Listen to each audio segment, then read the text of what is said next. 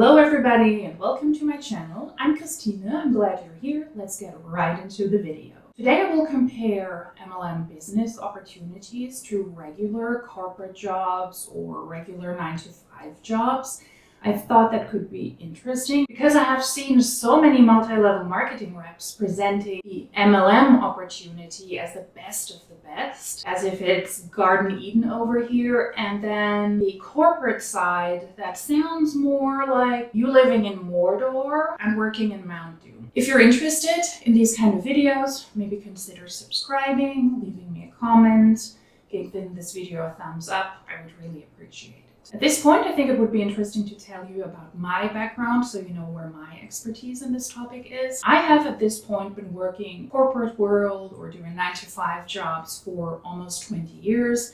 And I have worked whatever kind of job was out there in the media industry, whether that was a corporate job of a huge international corporation, a smaller local company, a startup. I've pretty much gone through all of the different types of companies that are out there. Over the course of the last 10 years, I have specialized in the regulatory field, in the compliance field. And that is why I find the MLM topic also so interesting, because it's a compliance nightmare.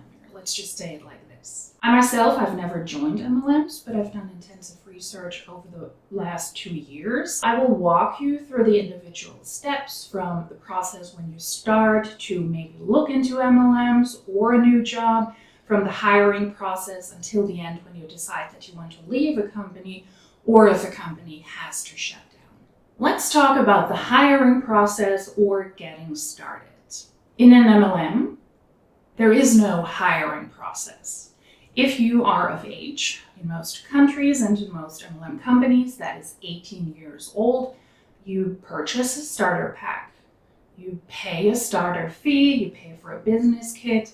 If the MLM operates in the country where you live, you can join. If you see MLMers talk online about fill out my application, sign up with me, fill out my influencer application, please don't be fooled by that. There is no application you have to fill out in any way, shape, or form. Now, on the corporate side, you do have a hiring process. Maybe you see an ad online, maybe somebody approaches you, maybe a headhunter, there's a job opportunity for you at another company. You send over your documents, your CV, maybe some recommendations, and then you will get approached by the company, by the HR department. You might be invited to a call or to a digital call. You will be in an interview with HR, with your hiring manager, sometimes also with your CEO. And that is the first step of you entering a potential new position. After the interview, if you're still an interesting candidate for the company, they might reach out to you again. They might invite you for a second interview. Maybe you will meet other people on your team you might potentially work with. You might meet the head of the company there. And yes, that's actually a thing that, especially in smaller companies, the CEOs want to see who is being hired, what is their impression of you. So there might be a second or a third round, and then you might or might not get an offer from the company. You can negotiate the terms with them, you sign the contract, and you start. You get the salary you agree to, you know, the terms and conditions for your PTO, your paid time off, all of that. As you might be able to tell, on the MLM side, it is about quantity. Try to get as many people into the MLM as possible, because multi-level marketing companies are recruitment-based businesses. That is why you hear the slogan, everybody can join, everybody can do this. It just means that everybody who's of age and who has the money can sign up. It is a people business because you need that many people. It is also a business that is pretty much like a revolving door. Lots of people will fall out and they will leave the MLM because they're simply not making enough money, and you need to consistently replenish the people that left. So it is quantity over quality. On the other side, on the corporate side, it's the other way around. It is quality over quantity, because the hiring process is pricey. It is work intense, and you have a lot of people involved in this. If you have to fly into a different city or into a different country, they will also pay for you traveling there, maybe for your stay locally. They will pay for your expenses that you can attend that interview. So of course they will not look at 300 different people. They will make sure in the beginning that they will find a person that they believe fits the job expertise, the budget, and also that the personality is fitting for the team. It has to be the best fit for the company and for the team as a whole. And the company actually pays you. So they wouldn't be able to pay a sales force of thousands of people because you actually have a lot of benefits compared to the MLM where you have none.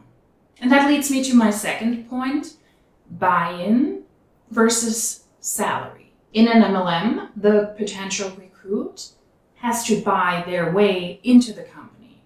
You have to pay a starter package to get products from the company that you then are expected to showcase to other people and to promote on your social media, or you have to buy in to get access to a service or to get access to the MLM, and then in addition, purchase products. Monate, for example, is one of those companies where you purchase a product pack, a starter pack, and then you get the products of the company. Genius is a company that sells access to a financial literacy platform, and by you joining, you pay your way into having access to this platform. Or in Young Living, where you just pay to join, where you pretty much just get a kit with brochures and a bunch of papers, and then in addition to that, you need to purchase the products too if you want to promote them and if you want to showcase them on your social media. And then on the other side, you have the salary. You get paid in the corporate world, in your 9 to 5, what you agree to contractually. You either get a fixed pay bi-weekly, or where I live, it is typical that you get paid the full amount once a month at the end of the month. That's the salary that you agree to. Maybe you agree to an hourly wage. Maybe you agree to bonus payments. Maybe you agree to a mixture of both, that you have a base pay and then a commission on top of that. If you're in a service job or if you work in a more salesy job, there are various variants that can come your way if you join a regular company and if you have a regular 9 to 5 job. There are also certain bonuses that you can have, like additional salaries, additional pay if you go on vacation. Maybe you can achieve certain bonus payments if you achieve certain goals that you set with a company. Lots of things are possible in a corporate job. Now, to wrap this point up, in an MLM, the distributors, they pay their way into the system and they pretty much promote and work for free for the company, promoting the company's products. If you are in an MLM, you only get paid if you're able to sell a product or a service, or if you're able to recruit someone. That is a necessity because otherwise the recruitment-based system would collapse.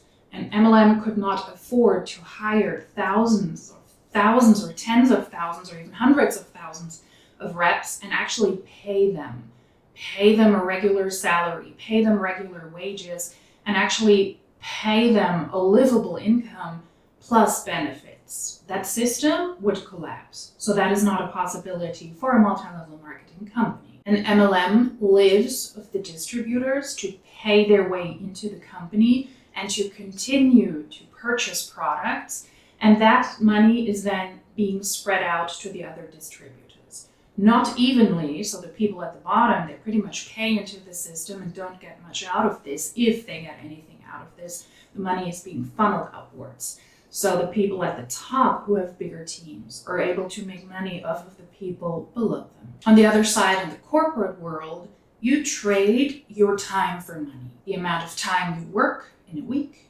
and you get a salary for that. In addition to that, the salary might also depend on how long you've been with a company, what is your experience, what is your expertise. If you are a highly specialized expert in a field, it is very likely that you will get paid more than somebody who has more of a broader job, a broader vision, who isn't specialized in something specifically. And if you have experience over more years, let's say somebody starts and has 1 year experience in the job, the person will very likely not get as much money as somebody who already has 5, 6, or 7 years of experience. And the longer that you are with a company, the more pay you might also get, because you can always reach out to HR or to your hiring manager and try to negotiate more salary. That is also typical. The employee negotiates and gets promotions and raises and possibly additional bonuses over time. Let's talk about the benefits. In an MLM, there are none. I don't know how else to say it. MLMs don't gift you a thing. As a distributor, you pretty much have to pay for everything. Nothing in an MLM is free. And even the word bonuses in MLM compensation plans is quite misleading, because bonuses pretty much just refer to you building a team. You don't get a base pay and then you get a bonus on top. Contrary to what you might have seen on social media, the trips are also not free, car programs are not free. You have to earn these. You have to be able to hit a certain rank by a certain time, recruit a certain amount of people, have a certain personal volume goal, so the products that you yourself either sell or purchase. You have to hit a certain group volume. That is the amount of products that your entire team, your entire downline purchases or sells. You have to keep certain ranks within a certain amount of time. You don't get gifted anything.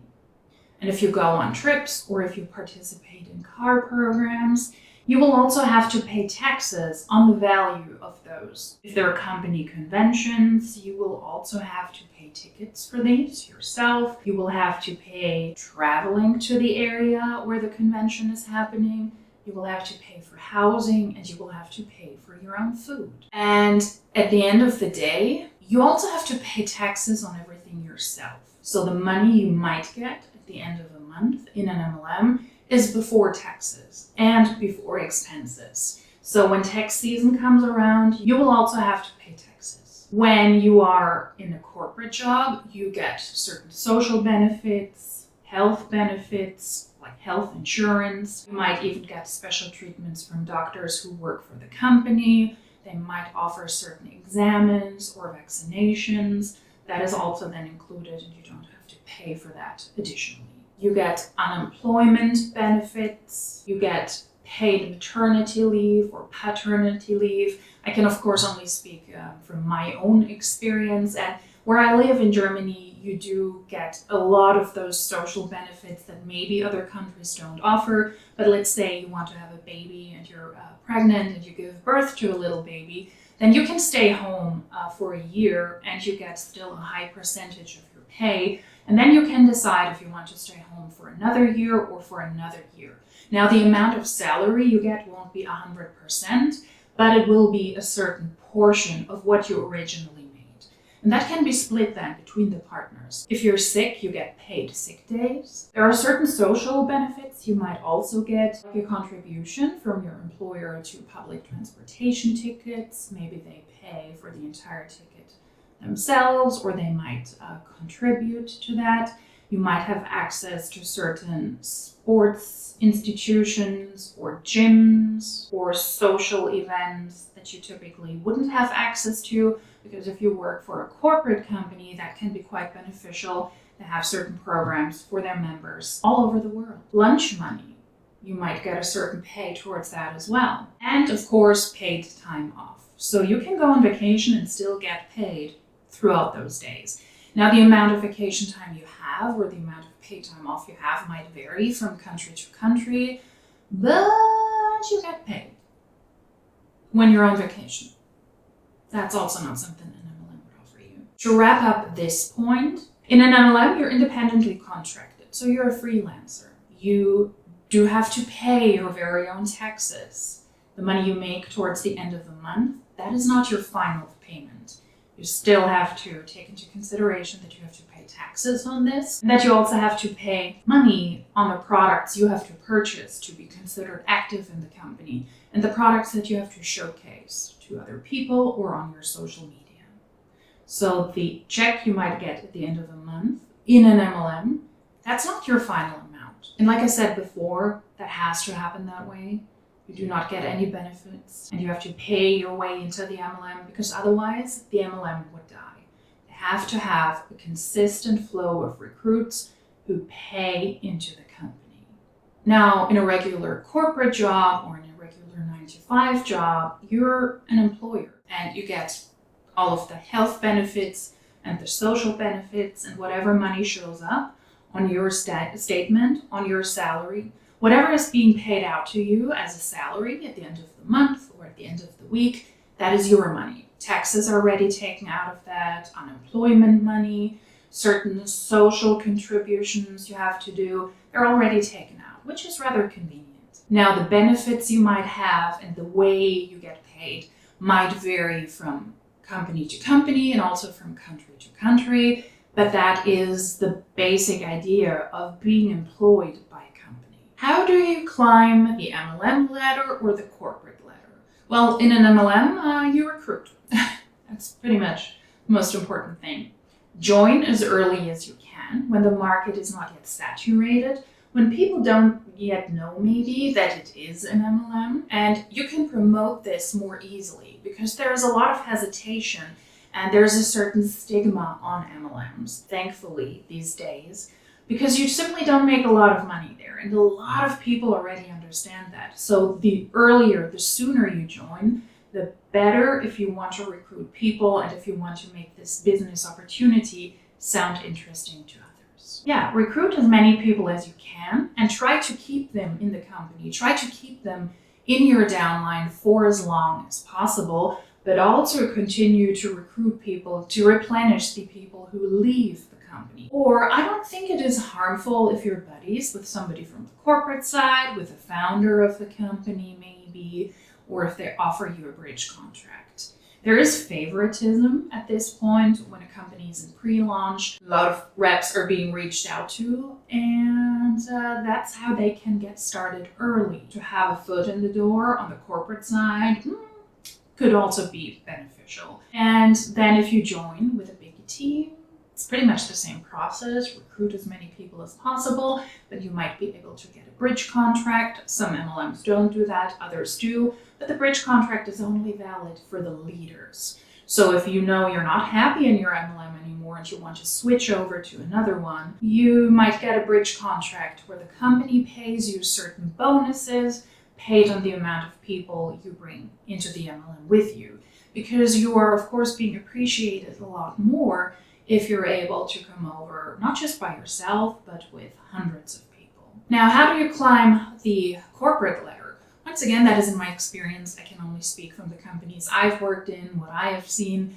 but based on my own experience, it is you gaining experience and how you perform. If you do well, if you are of benefit for the company, if you help the company to establish themselves on the market, or to secure what they're doing on the market, and you're doing a good job, you will get promoted and you will get more money.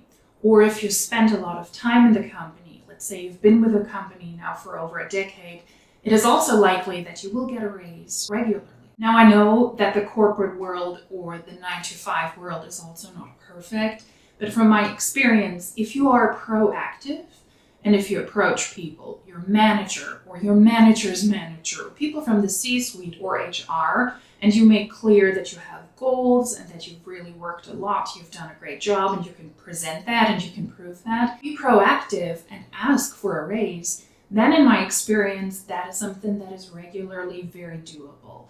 But the important point, in my opinion, is to be proactive.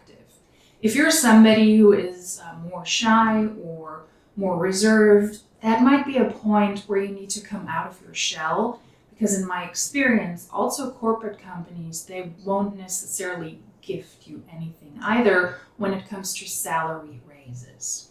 I have experienced this twice in my career, that I've gotten a salary raise without me asking, which was wonderful, but all of the other times I had to negotiate. And ultimately, if you feel stuck in a company, what can also be a way to climb the corporate ladder is to look around. What are the other jobs out there? And maybe to apply for other jobs, because in that way you can make more money and you get promoted faster than staying in a company where you might feel stuck. But of course, also be careful about that, because if you want to stay in the company you're actually with and you threaten them saying, hey, I have the possibility to get another job, and that is not necessarily true. Maybe you're trying to play this up a little bit. You might look like a fool if the company doesn't offer you the raise you want and you don't have an opportunity to leave. So, of course, always do your research.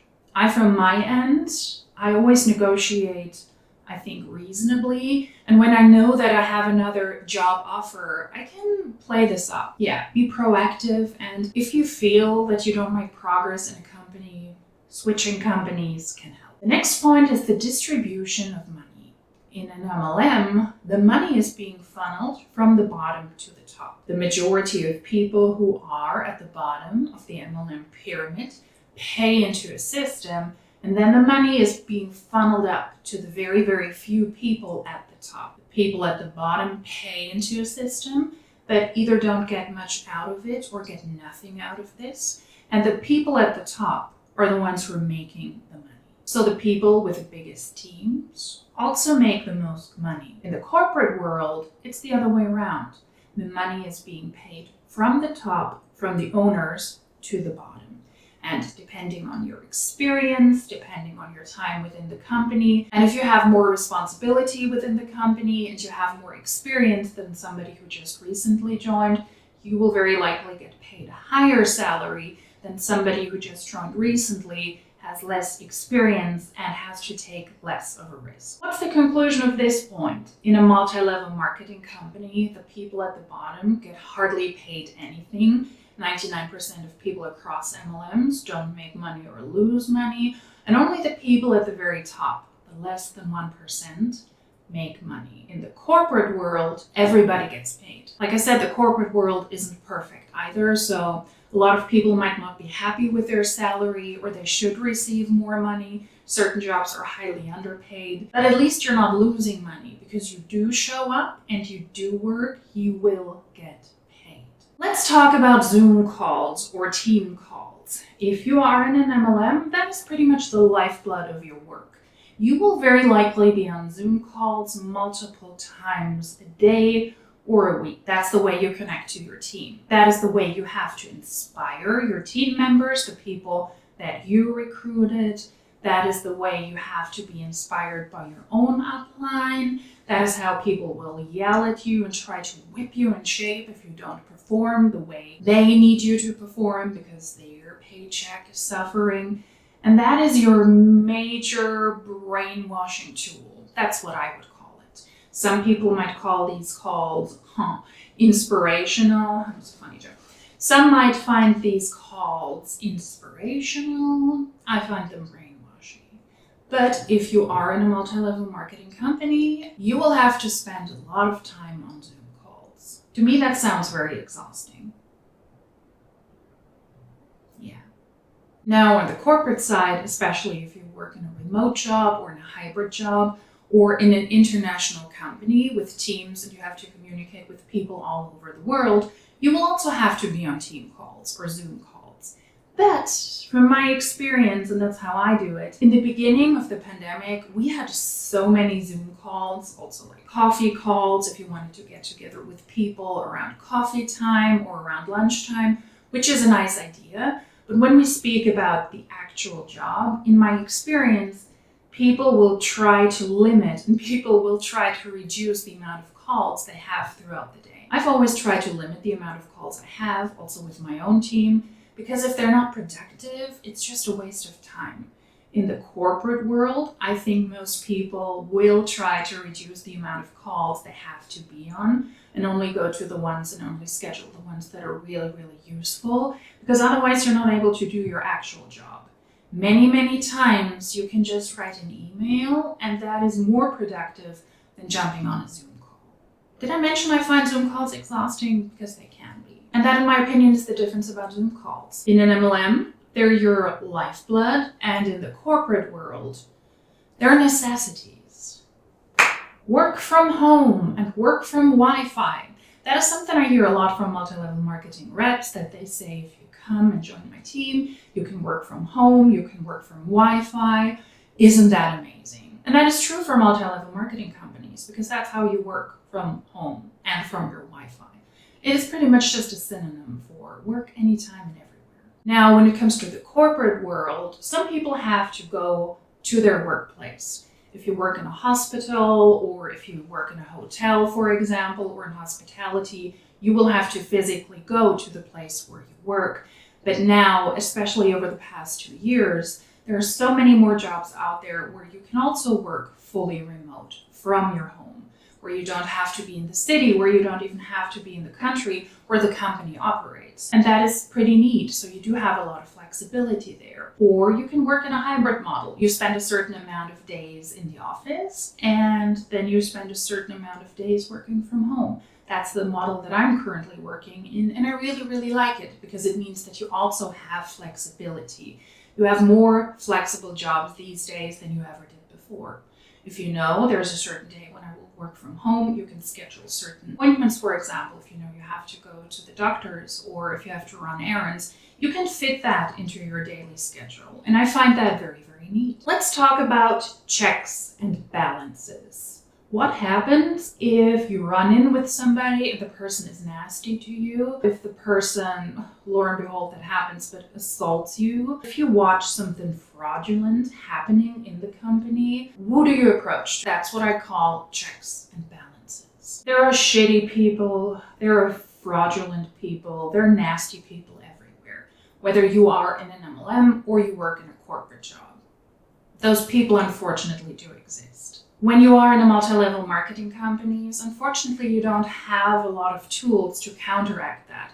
If somebody treats you nasty, if you watch that something has happened that you disagree with, you do not have that many tools to counteract that.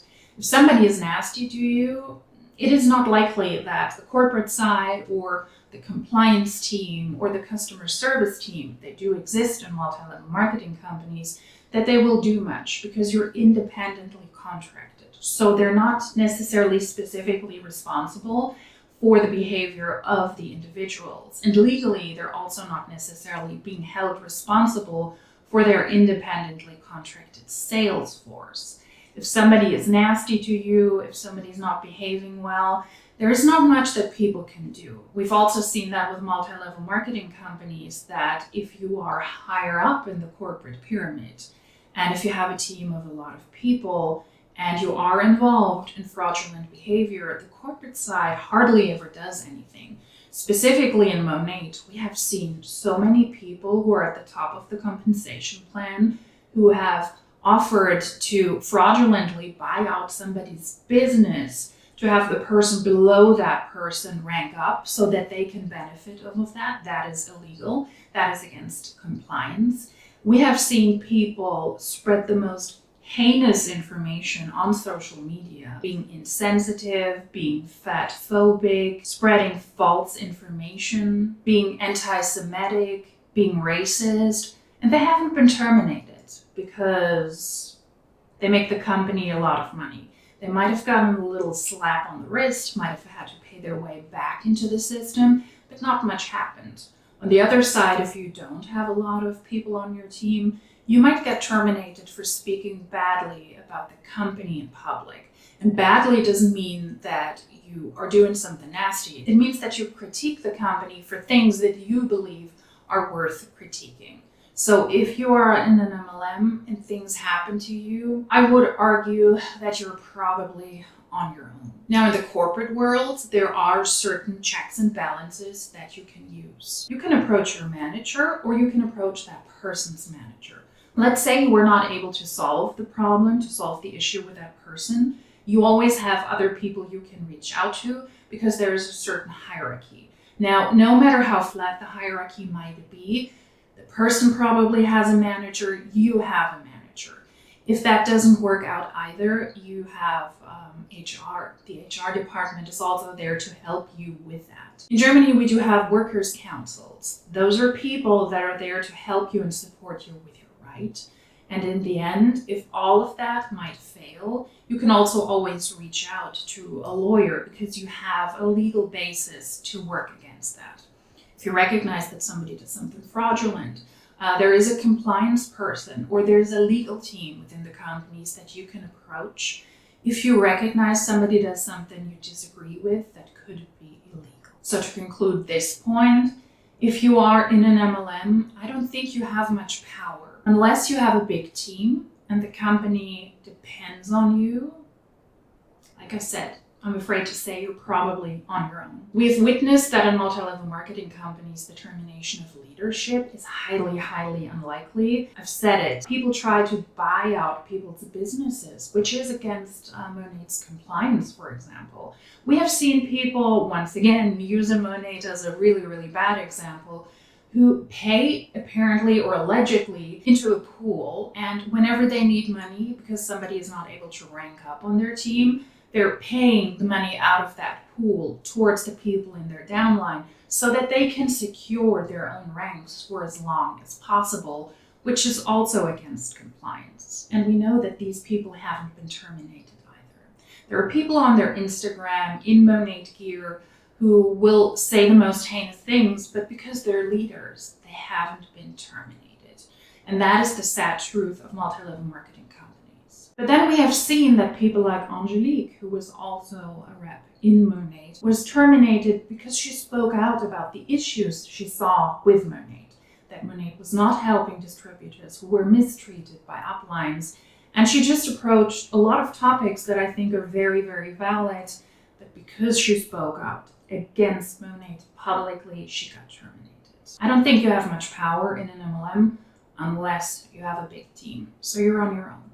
I said that 3 times, but it's true. On the corporate side, there is typically a good system in place to have checks and balances. The reason is that your employer is responsible for you and is also responsible for creating an environment that is legal. They're responsible for that, and they will have to make sure that there's checks and balances.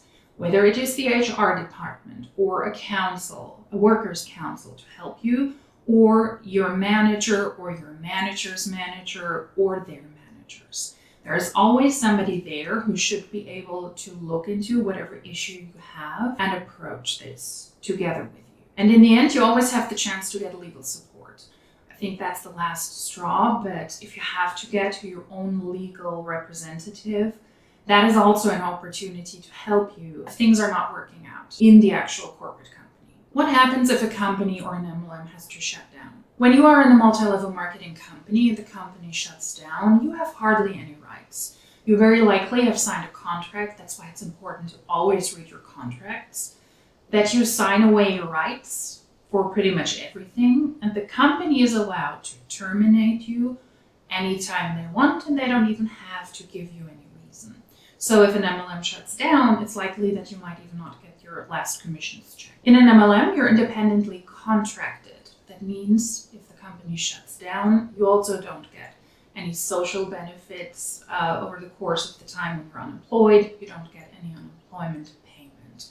So also take that into consideration, because I'm not sure if people are thinking about that when they join a multi-level marketing company. What happens if a regular company on the corporate side shuts down? You have certain rights. You might need to fight for these rights as well. If a company, for example, shuts down for economical reasons, they might not be able to pay you your last paycheck or the paycheck over the next I don't know how many months. Where I live, in Germany, it is typical that you have to give 3 months notice until you're able to start a new job. And if a company closes down, you would also very likely get compensated for those 3 months. If a company shuts down, you have the right to get financial compensation. And in addition to that, if your corporate company shuts down, you're eligible for unemployment payment. Whether it is a corporate company or an MLM, it is scary.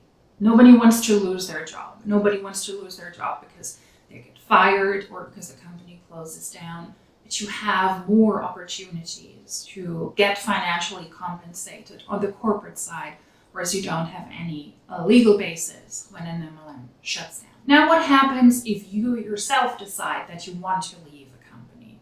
The company is not closing down, the company continues to exist.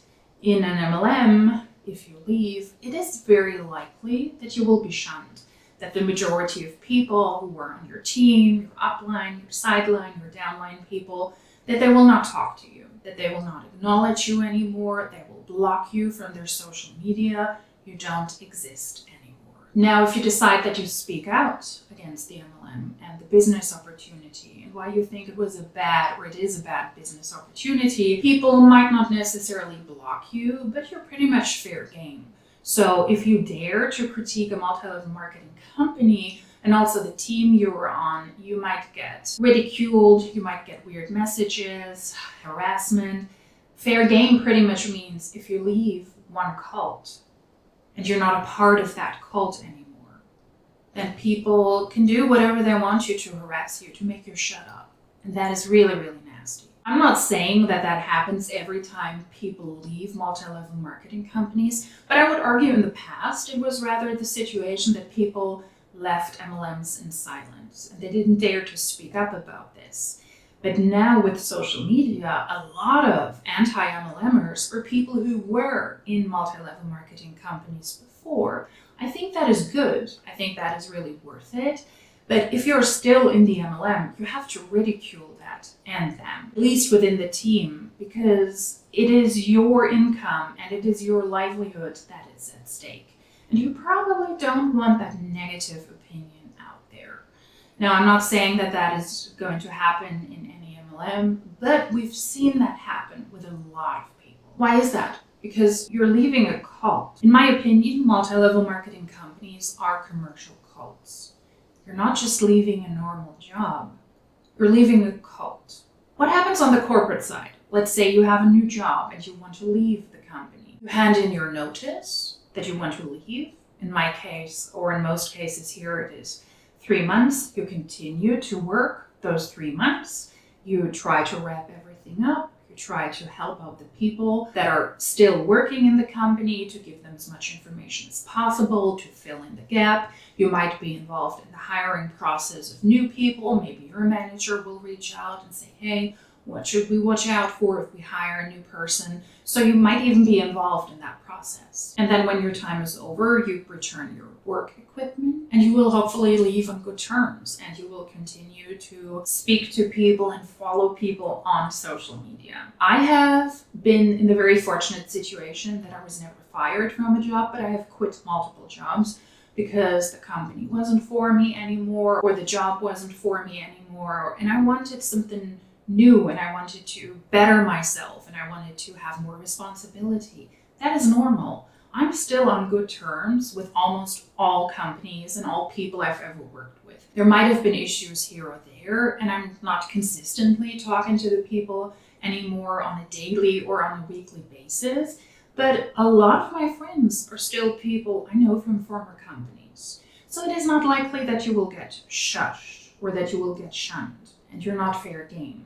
If you work in a highly specialized industry, as I do, you also meet those people over and over and over again. So it is also in your best interest and in their best interest to stay on good terms. And that was my comparison of MLMs versus the dreaded corporate job.